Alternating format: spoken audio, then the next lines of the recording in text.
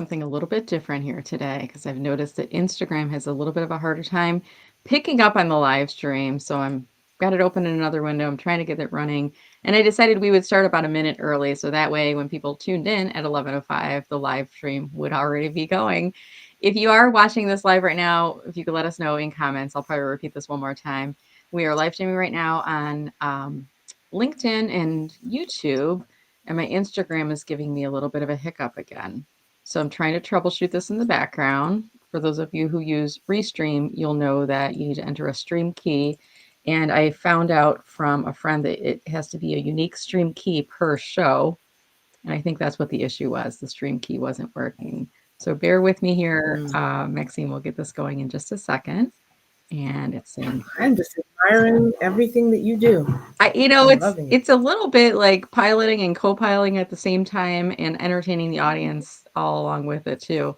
So let's see. Hmm. StreamYard is saying, Restream rather is saying my stream key is not correct. I'm going to try copying and pasting it one more time. If you happen to be on Instagram and you're seeing this in your live stream, let me know because maybe Restream is not accurate with that, but it's still saying unable to connect. So all right, so we're just going to say we're live on LinkedIn and YouTube today. And those that are on Instagram, you'll have to listen to the podcast later.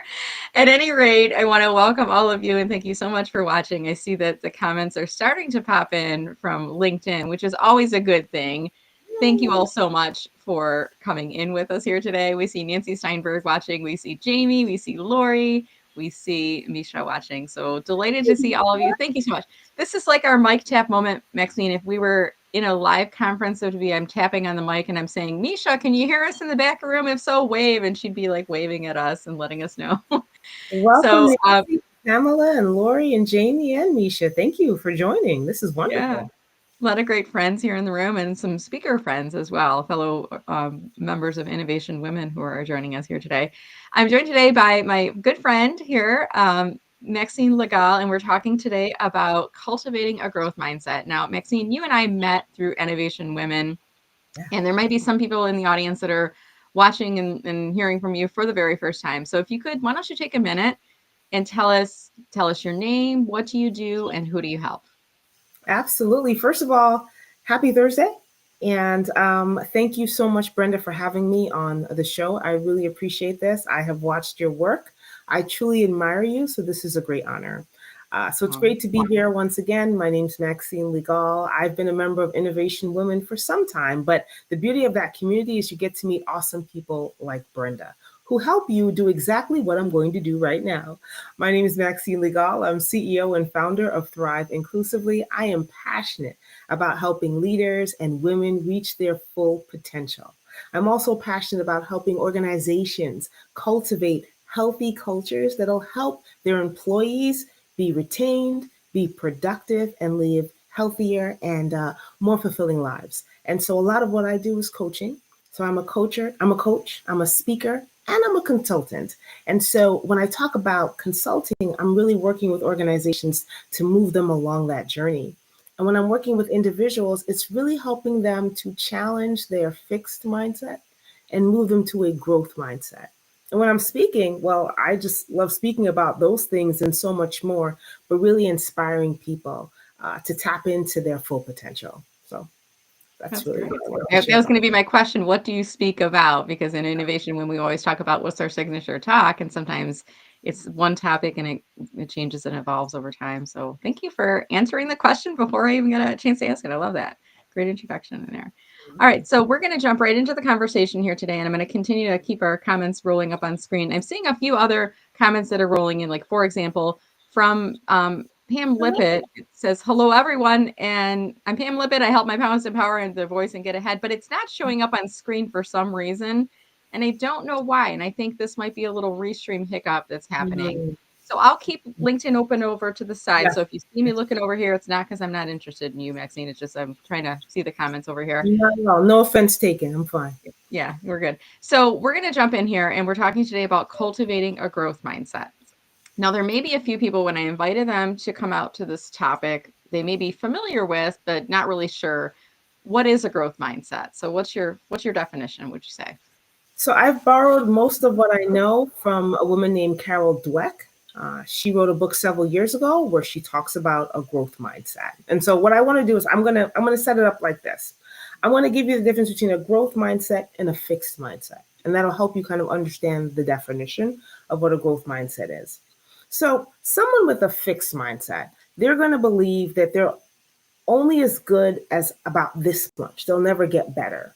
They're not able to grow. They're not able to learn more. Whatever gifts and talents they have, that's it. That's the sum of all their gifts and talents they'll have in life. They are more inclined to maybe look at other people. They might look at someone like Brenda and say, Brenda's great, but I can never do what she does. She's awesome. I can't do that. That's for Brenda. They might have these types of beliefs that limit what it is they can actually do in order to reach their full potential. And oftentimes people with a fixed mindset, they also struggle with things like envy and jealousy, right? Because they'll look at someone else doing something and say, I can't do that. I wish I could. Why can they do that and I cannot? But someone with a growth mindset, they're going to say, wait, sky's the limit. I'm going to continue to learn new skills. I can learn new things. I can grow. If I try something and I don't do that well, then I'm going to keep trying. Because I believe that with time and with practice and with intentionality, I will get better. They'll look at someone like Brenda and they'll say, wow, I'm not Brenda, but I wonder how I can learn from Brenda, right? What can Brenda teach me? I know that she's all over LinkedIn. Have I downloaded her worksheet, right? Have I been to any of her lives? Have I taken any of her master classes? That person's going to lean in because they believe as long as the information is there, I can take from it and I can grow from it. And so what we really want to do is we want to move towards that concept of a growth mindset because then we're limitless in what we can do. And one other thing that I think is important when we talk about the difference between the two is someone with a fixed mindset has a hard time receiving feedback. They immediately internalize feedback, criticism. Oh, you're insulting me. You shouldn't say that about me. Whereas someone with a growth mindset is going to say, okay, thank you for that feedback, right? And they're going to take that feedback and use it to improve and to get better. And so that's really the difference between the two. And I think nestled in there, I gave you the definition of a growth mindset, but I wanted people to be able to understand the difference. Yeah, that's great. As you were talking, I have two additional thoughts, and it's kind of like pulling the thread on this to keep the conversation going here. One is and I don't know if this is a man, woman thing, but as you were saying, audience people going, I want to be like Brenda, I want to be, and I was kind of like, oh, I'm not. It's like that imposter syndrome is creeping Yeah, up, and I'm like, yeah, as you were saying that, I'm like, there are people that are bigger than me, that are more effective than me, that have figured mm-hmm, out how to get on Instagram, restream. I'm like, I feel that playing out in my mm-hmm, head. And mm-hmm, I don't mm-hmm, know if that's necessarily, I mean, I guess we're talking about growth mindset that's related mm-hmm, to mindset. mm-hmm. Could that imposter syndrome be holding us back from having a true growth mindset? What do you think? I think if it was a Marvel comic, imposter syndrome would be one of the villains to a Oh, growth nice. mindset, right? The imposter syndrome would come in and say, you don't belong here. You shouldn't be doing this. This is wrong, right? That's what you would see. And so, it's incumbent upon you to be able to identify when you're encountering that imposter syndrome, but leaning on the beliefs around a growth mindset that says, I may not be good at this right now, but I'm only getting better, Hmm. right? I'm in this room. You shouldn't be in this room. Actually, I'm in this room because I've earned my way into this room and I deserve a seat at the table, right? And even in instances where you're not invited into the room, you'll say, guess what? I don't need a seat at that table. I can build my own table. And those are the types of thinking that you have to use to challenge this imposter syndrome, if you will. So it's like a villain, I think, that plays a role when you think about that growth mindset. So I should do my superhero pose where you put both hands on You your hips should, and stand up should proudly with every feeling that happening, right? right? And Yes. and also your affirmations, right? Your affirmations that'll help you tackle that growth mindset and imposter syndrome. Not tackle, that'll help you grow your growth mindset and tackle that imposter syndrome, where you're Yeah. saying to yourself, I can do this.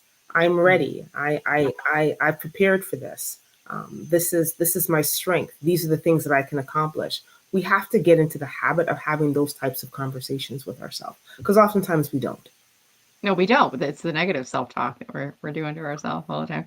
The other thought I was thinking as you're describing a growth mindset is, this. There's a lot of like different analogies and things, but there's like the glass is half empty, glass is half full. And I was driving in the car with my daughter the other day. She's 14. She's playing high school volleyball at the freshman level, and I said, I think it was last week, I said, whatever team they're playing against, have you played them before? She's like, yeah. I said, how do you think you're going to do? She's like, we're not going to do good because they beat us last time. And I said, well, you're not going to do good with that attitude, like in coming Right. back to, growth mindset is kind of like the glass is half full, right? As opposed to Right. her saying, well, we're not going to do that well. Well, I said, no, you're not. Of course you're not if you're going to have that attitude. But can't you say you've improved so much as a team since the start of the season and start thinking about it? So was Mhm. I training her and having a growth mindset, or is that something different? You were. I think you were challenging her. I think that the comma that I would add to that is every time you play this team, they're only making you better, whether you win or lose. They are that challenge that you need to continue to push forward. And so a lot of times we approach failure from this concept of I failed, I can't go on, nothing's going to work out. But it should really be more of, wait, I failed. What can I learn from this, right? And how can it make me stronger and more prepared for the next time? And so, yeah, I definitely think you were guiding her down that path, um, kind of that negative self talk, right? And saying, oh, we're gonna lose. No, you're gonna grow and you're gonna learn. So, yeah, I think you were spot on, Brenda.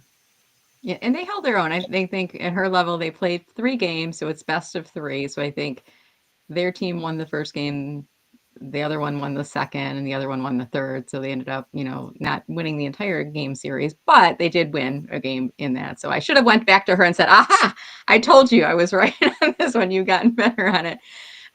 Speaking of, we talked about the growth mindset. So let's shift to cultivating a growth mindset, because there may be people watching this, Maxine, that are like, they're just negative Nancy, Debbie Downers, whatever you want to call them. They're just not in that growth mindset, but they see the appeal. They're curious about it. So how do we approach moving towards cultivating that growth mindset? Hmm. I do believe that there has to be a degree of intentionality, right? To first kind of recognize where am I with my mindset at different stages, right? Where am I confident? Where are the areas where I doubt myself? And what do I need to do to kind of address that? I think cultivating a growth mindset means have a different type of internal conversation with yourself. And I alluded to this earlier, where Mm. instead of saying, I'm not good enough, I can't, I won't be able to, this is as good as I get, I won't be as good as, she's better than me. You kind of want to shift that and you want to say, I'm learning, I'm growing in real time. I won't be, I may not be able to do what she does, but I'd love to have a virtual coffee with her to find out how she does it. And I'd love to have the opportunity to learn from her. Right. Mm. And so it's a matter of starting to say to yourself, what are the things that I'm saying that's holding me back? Right. Why that promotion? Why do I think I can't start that business? What is that really about? And how do I unpack that? And the other thing I would Mm. encourage people to do is push yourself to do that thing that you think you cannot, because it's only when you begin to do that that you can push past that fear. So I never thought that I could start a Mm. business or be an entrepreneur. That was not 5 years ago. If you told me I was going to be doing this, I would have laughed. Like, ha, no, I'm not going to do that. I'm going to be working for this organization and doing this. But when you push past that and you say, I'm going to do this, you begin to realize that you have capacity and potential for much more than you thought you did. And that Mm. also allows you to cultivate that growth mindset. I love it. And as we're chatting here today, I'm thinking this is great to hear this from Maxine, and I feel like we're getting Maxine isms as we're having this conversation today. And if you're just joining us, we're talking today about cultivating a growth mindset with Maxine Legall, and she's given us many nuggets so far, things to think about. But I also think about there are other people that say the same thing. Having this growth mindset unlocks the possibilities. You're only limited by your potential is only limited by what you imagine it to be. I mean, this is something we hear time and time again. So this is, I feel like almost like a universal truth, you Yeah, know, would you yeah. say, or what are your thoughts there? I do think it is a universal truth. And I think that unfortunately, what's happened is so much has happened in our world where we are fed the negative, Mm. we are fed the toxic, we are fed the fear. And it can start as early as your kindergarten teacher, or your first grade, or third, or fifth grade teacher, or someone in your life that told you something that you immediately internalized as truth and carry that throughout your life. And so when you're cultivating a growth mindset, you're saying, no, wait a minute, where did that come from? Where are these limiting beliefs actually coming from? And are they actually true? And then saying to yourself, no, I can do this. I may not do it as good as said person, but I could certainly try. And it's funny, Brenda, you said something. When you're Mm. trying to, when you're doing it and you're like, oh my gosh, I can't, I couldn't get this up on Instagram. Someone is Yeah. watching you and saying, oh my goodness, she's awesome with Restream. She's on Trying that, LinkedIn, right? Like, and all that stuff. I would love to be, everyone is at a certain stage in life and they're growing.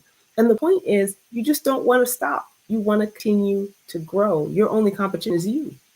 And so I think it's really important for us to recognize that the messages that we generally receive sometimes are not the most positive. And you have to kind of analyze that stinking thinking and then turn that upside down and say, wait a minute, hold on, where's that really coming from? And I think I could actually do this. yeah. So it's all relative is part of what I heard you say just then too, that growth mindset, because we can get into this comparisonitis syndrome where they go, well, I'm not as good as him or her. She has more followers than me. She's more comfortable with technology. She seems more well polished. This Mm-hmm. is something, like having anxiety, like I don't know about you, Maxine, but I tend to fill the space with words when I'm nervous and anxious and try to talk faster.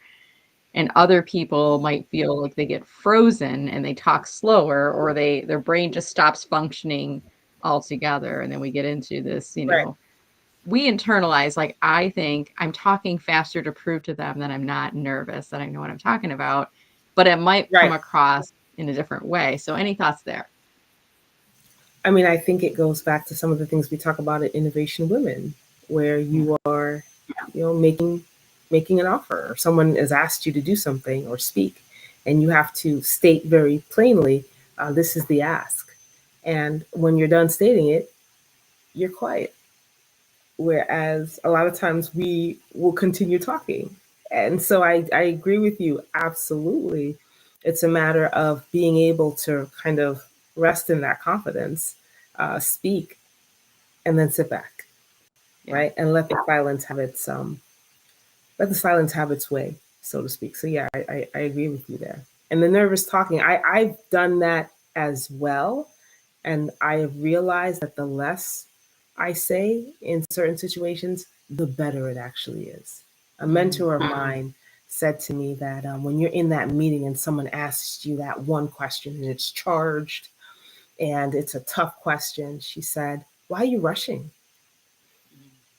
Just breathe. She literally said, take a deep breath and breathe. She said, and you could even close your eyes for a moment and then proceed to answer the question. And that always helps me so much in different situations because we want to rush ahead. We want to Mhm. prove that we're not nervous. When in actuality, we have every right to pause and breathe in those types of situations. I'm looking at the comments, and someone put here imposter syndrome can be eliminated when you learn your purpose and begin to operate in it. When you are fulfilling your purpose, you have no time to impersonate anyone else. Yes, I Mm. agree with that. That's beautiful. When you are walking in your purpose, it's hard to be distracted by the people around you. Mhm. Yeah. Good point here. I'm getting a little bit of an echo, or I think it's on my microphone. Are you hearing that at all right now, Maxine? I don't An hear anything. I don't hear an echo at all. Okay.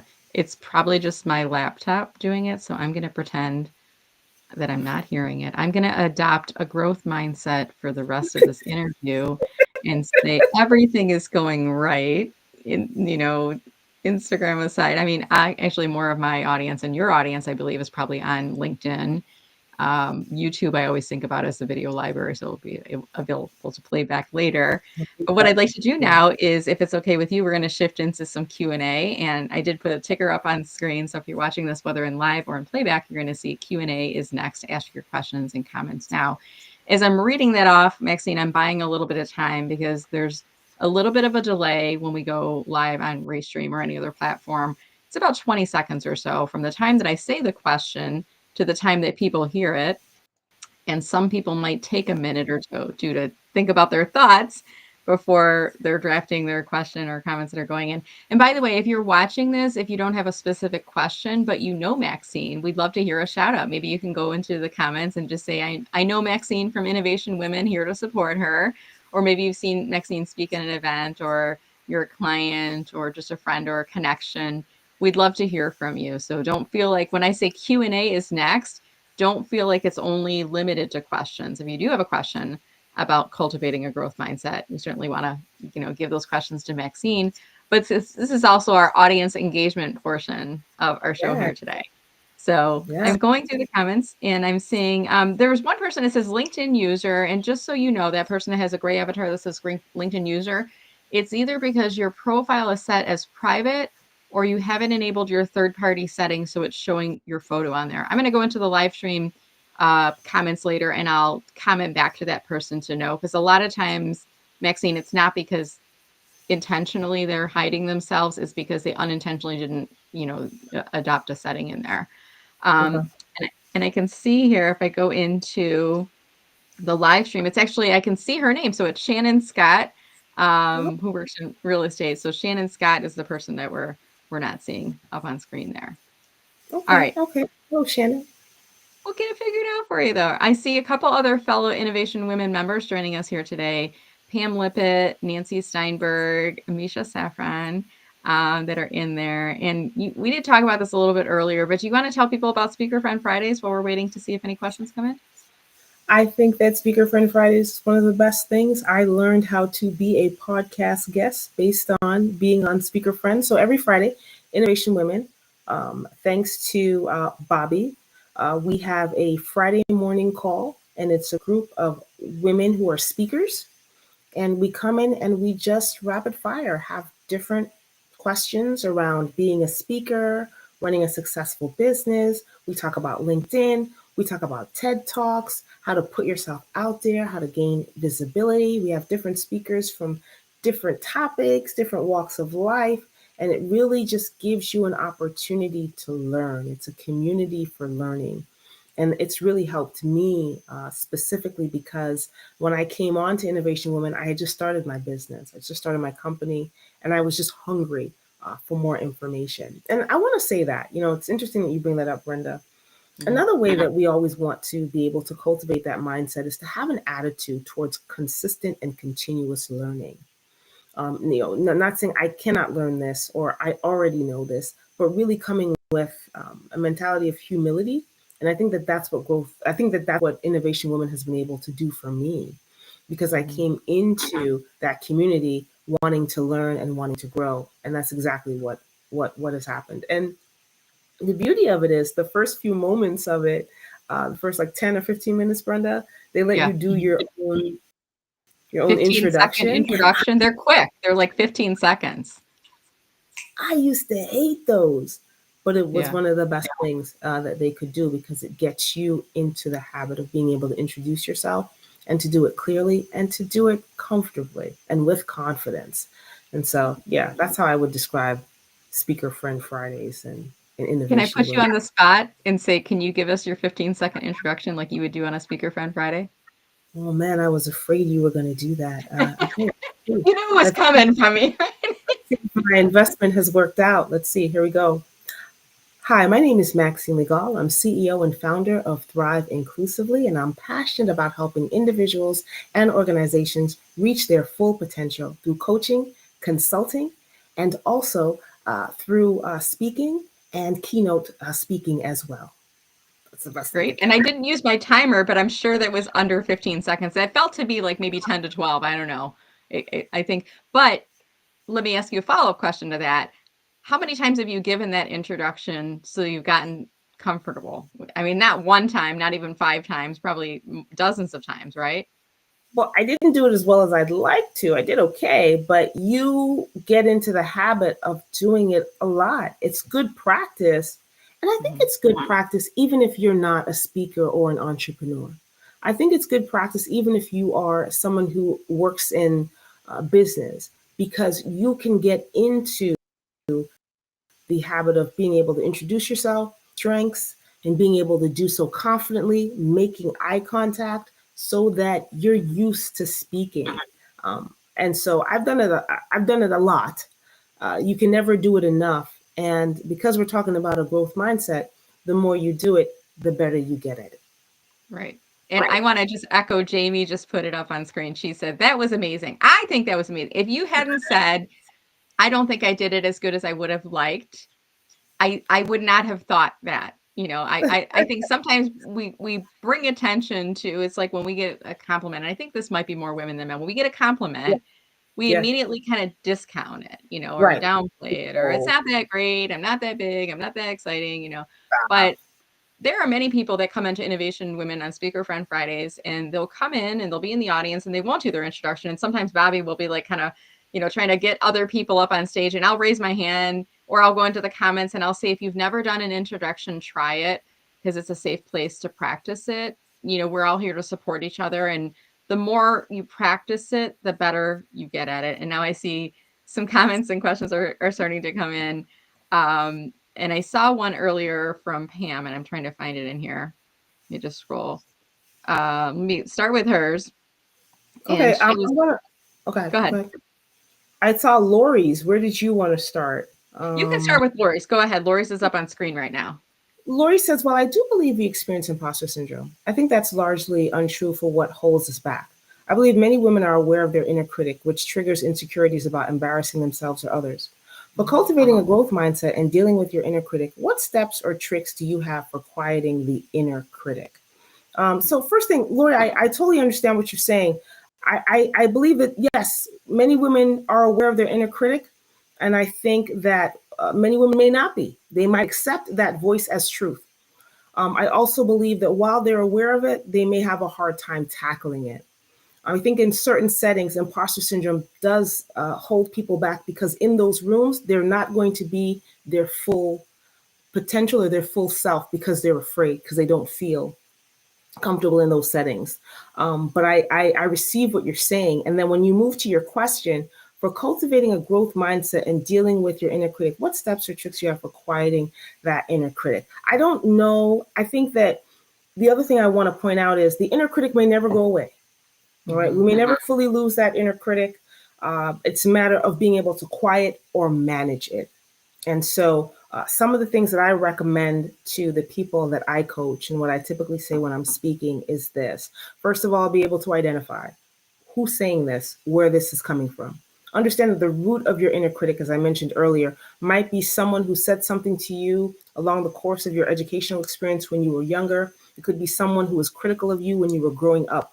And so that voice kind of runs in your head consistently. So it's a matter of being able to identify it and know, wait a minute, where's this coming from? Is this even fact? Is this even true? The other ways that you can combat your inner critic is you have to be able to celebrate your wins and understand what your accomplishments are. Whenever I start a session with a coaching client, I always say, tell me about your wins this week. I What like that. typically happens in those types of situations is they'll say, oh, well, this happened, this happened. And then they'll turn around and say, wow, I did a lot this week. This was a great week. Look at everything that I've accomplished. And I'll say, yes. And so it's important for us to always keep track of what our wins, what our accomplishments are, so that when that inner critic comes in, we can fight back that critic and say, no, wait a minute, that's not true, because I've been able to do this, this, and this. Mm. And I mentioned this earlier. The other way that I think it's helpful to tackle that inner critic is to push past the fear of things that you are afraid of doing. And so I mentioned starting a business. I've mentioned even speaking, singing for me. I also sing. That Oh, was also something that my inner critic every time would come up. And I should have quit singing, but I didn't, because I thought to myself, I don't think this voice is really being fair to me. And to this day, even when I do sing and sit down, sure enough, that voice comes up and says, well, you didn't hit that note the right way, or you didn't Mm. do this the right way. And you have to get into the habit of believing, no, I sang. It was a blessing. I'm Yeah. going to move forward. And so it's like a constant. I hope that answers your question. But those are Mm. the things that I would say has helped me tackle that inner critic. And I want to say one other thing that I'm Sure. sorry, I hope I'm not talking too much. No, The other this thing is that, your interview. I always yeah, like sometimes I watch an interview and like the host is talking more than the guest, and I'm like, I was here to listen to the guest. So please go ahead. the other thing that has helped me and Lori, again, I love your question because it's an awesome question and it's really challenging me as I'm answering it. Is coaching, mentoring, and sponsorship. And I'll really lean on the coaching and the mentoring has helped me tackle my inner critic. Because with coaching, you are sitting down with someone on a regular basis that's helping you explore and challenge your limiting beliefs and challenge that critic in your mind. Mentoring has also helped because that's really sitting down with someone and having regular conversations about what your challenges are and what's getting in your way and what their challenges have been and how they can kind of guide you through what you're navigating. When you have a support network of people, I also think that is helpful because then that echo chamber in your head, you're starting to articulate what those inner critic thoughts are with other people and they can help you challenge it and really test you to know whether or not it is in fact reality what it is that you are thinking. It's a journey and it takes time. I don't think that the inner critic goes away, but I think it's something that we can always grow to manage better. I hope that answers your question, Lori. Yeah, and I think on that point too, it's actually helpful to have that inner critic like always there. I think it keeps us grounded, Maxine, because Mm, otherwise that you don't want to adopt the mindset that I am all that and I am so great and nobody is better and I can't continue to learn and I've reached, like I think the inner critic helps to pull you back a little bit sometimes. But to your yes. point, I think you get to the point where your inner critic's saying, "Oh, that wasn't that good." You can start to go, "Well, was it? Or was it pretty good?" I think it was actually pretty good. I think it was better than what I did last time. I know what I Yes. need to work on and Yes. change, right? Yeah. I mean, it just happened, right? You told me to do a 15-second introduction, and I Yeah. went, oh, it wasn't that good. I could do it better, right? That Mhm. was, that's we consistently do that where other people were like, that was great. And so it's a constant challenging of that Mhm. inner critic. Because listen, at the end of the day, everyone that's watching this live and everyone that will watch the replay of this live has a purpose and they have goals and they have potential. And I can say that of anyone. I won't know who will watch this. I won't know who will catch it on Facebook or Instagram or wherever, but I know for a fact that you have a purpose, you have potential, and there are things that you're meant to accomplish in your life. And it's incumbent upon us to tackle that inner critic so that we don't hold ourselves back. Mhm. I believe that really just from the bottom of my heart that everyone should be able to reach their full potential in life. I Yeah. really I love it. And you and I, we have a lot of same values and approaches. And I think even that growth mindset, we have a lot of things in common. When you were talking earlier about coaching, working with a client and, um, starting the conversation with what have you achieved? And often yeah. this happens with me. I'm in a LinkedIn coaching and sometimes I work with clients every other week or once a month or so. And they'll come in and they'll immediately say, "Oh, I haven't done any of my homework. I feel so guilty. I haven't." And I'll say, "Well, let's kind of take a step back. What have you Yeah. done? What have you accomplished? What are you proud of? Like, since we started working together to today, do you feel more confident about using LinkedIn? Yeah. Have you One. had some, results that are moving you towards your business or your career goals? Yeah. Let's start from there and let's throw the guilt out the window because we're not here for me berating you. We're here Right. to talk about what you need to work on and what you've achieved so far. And as we start to wind down our conversation here today, I'm going to encourage people when they share the video along, I want you to share something that you've achieved this week. Like Mm. do that in your post and let people know they should watch the video. But like when you post about it, share something that you achieved this week when you do that. But before we get to that, I want to pull up your LinkedIn URL up on screen here, Maxine. Now, if individuals from the live stream, from the podcast, from YouTube, wherever, would like to connect with you, are you open to connecting with them? And do you have any instructions for them? I would love to connect with them. And based on Brenda's wonderful wisdom, I have added a calendar link for you to connect with me on my LinkedIn. So if you go to LinkedIn, it'll give you an overview of who I am and all that wonderful stuff, but you can schedule a discovery call with me. And I'd love to connect with you. I just want to give a shout out to Lori. She came back into the chat and she said, "I Yeah. love your statement. I don't think that voice is being fair." Thank you, Lori. I thank you, Lori, for being with us. Thank you for your engagement. Thank you for asking the questions. If we have not had not connect, I'm hoping that we will. I'd love to speak with you more because you have a lot of. I love your questions. I appreciate your wisdom. Wait a minute. Let's see. Hold on. There's another question here from LinkedIn. Yeah, what should be included in a 15-second introduction? Let's finish that one off here too. Go ahead. Tailor it to our audience. I tailor it to my audience, LinkedIn user. I'd love to know that person's name. Sometimes a I name think really. that's Shannon Scott. I think that's the real estate person All right, that I Shannon. mentioned. All right, Shannon. All right, I appreciate that. I have tailored it to my audience. In addition to speaking to professional groups, I also speak at church events as well. And so I may tailor my 15-second a little bit different depending upon the audience that I'm meeting with. The other thing that she asked is what should be included? Your name. I include my name, my title, or what it is I do. You don't necessarily have to do that, but definitely your name and what you bring. So a lot of times what they say is you can talk about your passion, what it is you do, but also what problem you solve. That is the kicker.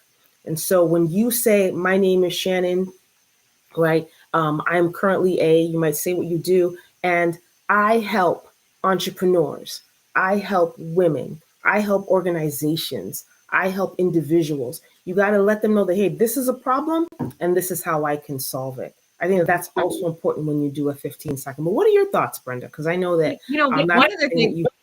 I watch people all the time at Innovation Women, and I realize this technique. I love that you said say your name, because sometimes people don't. And there's like a gallery of like 40 to 60 of us. And somebody will be introducing themselves, and I'll be like, and then the next person will go, and I'll be like, oh, shoot, who was that? And I can't remember their name. So I'm trying to figure out from their thumbnail photo in Zoom, who it was that was just speaking. So in addition to saying your name, I've learned I don't say my name right away. So in the 15 seconds, my introduction might go something like this. Hey, speaker friends, I'm one of your speaker friends who specializes in LinkedIn. I am Brenda Meller. So I'm saying it like in the middle. I'm saying something else first, which captures their attention. And then I'm saying my name is a part of that.